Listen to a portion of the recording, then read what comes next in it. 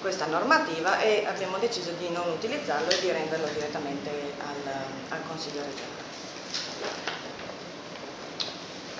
Per completare questo, il non utilizzo del Telepass, abbiamo fatto un calcolo spannometrico che comporta circa un risparmio di 2.000 euro consigliere anno per le tratte lavorative. Poi extra lavorative non è possibile calcolarlo.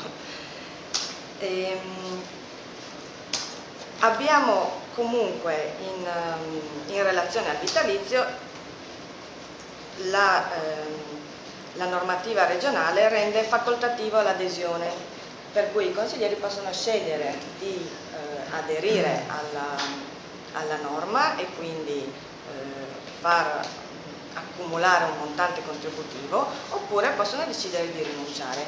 Noi abbiamo deciso di rinunciare in modo da non pesare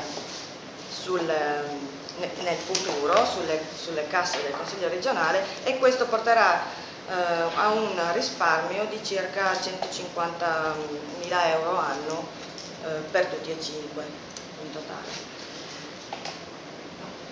A completamento abbiamo ovviamente rinunciato ai rimborsi elettorali. Questi rimborsi elettorali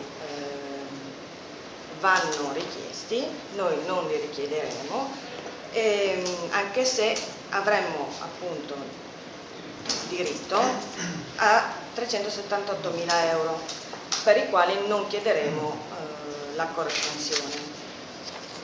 A titolo informativo, il Partito Democratico ha diritto a 737.000 euro, il PDL 550.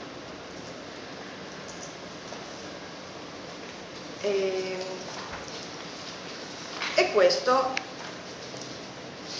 è quanto in lavorazione e quanto già effettuato.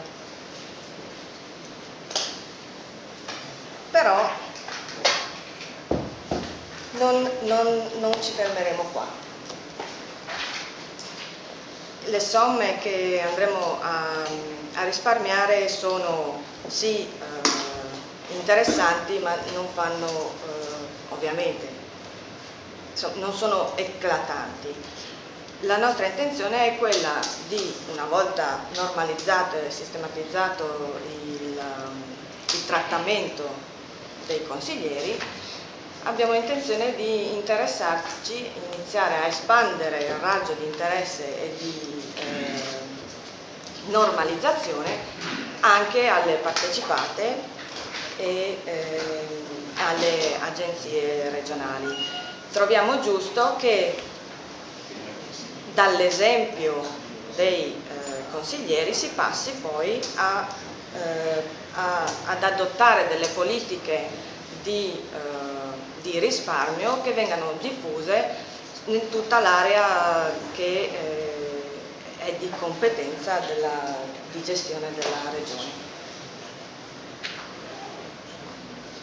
Sì, io volevo dire che siamo partiti da un semplice presupposto, che è quello che i politici sono i dipendenti dei cittadini, per cui la politica deve essere vista come un servizio e non un modo per arricchirsi o per acquisire potere.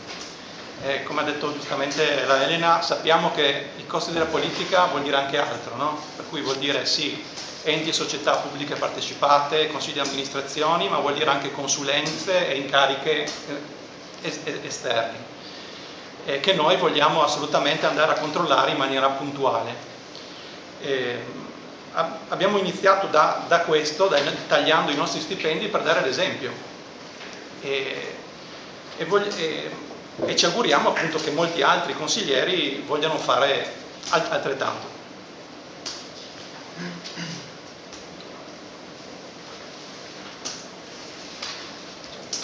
Domande? Sì. Scusate una cosa, perché a memoria non conosco la legge nazionale, no? Quella sì. che si deve adeguare alla regione. Questi 5.000 euro lordi mensili sono sotto il reddito? Sì, la legge nazionale che è stato un lavoro fatto molto seriamente e devo dire che abbiamo parlato con i funzionari regionali che hanno partecipato, è stato un lavoro fatto di concerto con le regioni e ha portato a evidenziare per ogni voce della legge le regioni più virtuose, quindi si basa su fatti esistenti. In questo caso l'ammontare massimo per le indennità omnicomprensive, quindi rimborsi spese più indennità, per i consiglieri semplici è di 11.100 euro. Quanto? 11.100 euro lordi, mentre invece per consiglieri con incarichi speciali, vicepresidenti, presidenti di commissione, l'ammontare è 13.300 o 200. Scusi, la regione più virtuosa ha più di quello che è attualmente, 10.000 attualmente? Tutto compreso. Ah, ok. Compresi i rimborsi. Volete la metà del minimo della regione più virtuosa? Un po' più della metà, noi proponiamo 5.000 più 2.000, 7.000 lordi. La conferenza delle regioni ha dato delle linee guida dove si indica che la percentuale, o meglio le cifre, la ripartizione di questi 11.000 lordi dovrebbe attenersi a circa 7.000 euro tassabili e 4.100 non tassabili, quindi di rimborsi. Dovrebbe attenersi a questa proporzione, però non è indicato nella legge. Naturalmente noi recepiamo questa indicazione e cerchiamo di tenere una proporzione consona, perché appunto la parte di rimborso non è tassata. Comunque 7.000 contro 11.000, ma si può, scusate, insomma la norma prevede massimo, minimo, no, minimo, massimo. Massimo. No, Euro è il massimo. no. Il tetto è il massimo. Massimo.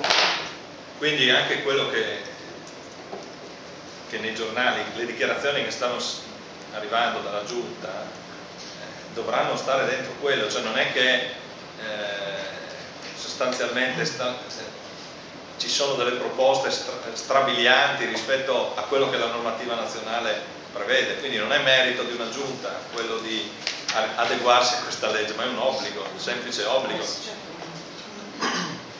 La restituzione dei telepass è perché all'interno della legge molti costi, molti rimborsi non saranno ammessi. E soprattutto fa l'ammontare, no? Voglio dire, se il telepass incide per 2.000 euro all'anno, questo deve rientrare nel 11.100.